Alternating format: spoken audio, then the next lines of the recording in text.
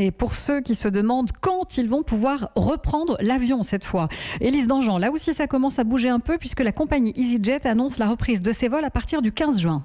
Oui, une reprise qui sera très progressive avec essentiellement des trajets intérieurs au Royaume-Uni et en France. Concrètement, peu de vols, très ciblés, là où la demande sera suffisamment forte pour permettre à la compagnie aérienne d'assurer la rentabilité de ces trajets.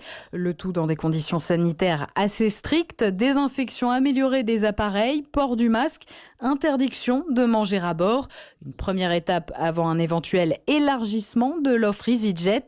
La compagnie prévoit d'annoncer des trajets supplémentaires dans les semaines à venir. Alors nous sommes nombreux à penser à notre été. Le Premier ministre a dit que ce serait un été en France. Mais pour ceux qui ont quand même l'intention de passer les frontières, Élise, est-ce qu'il y a de l'espoir ? De l'espoir, oui, à condition de rester dans l'espace Schengen. L'Italie, par exemple, a déjà annoncé la réouverture de ses aéroports, et ce, dès le 3 juin prochain.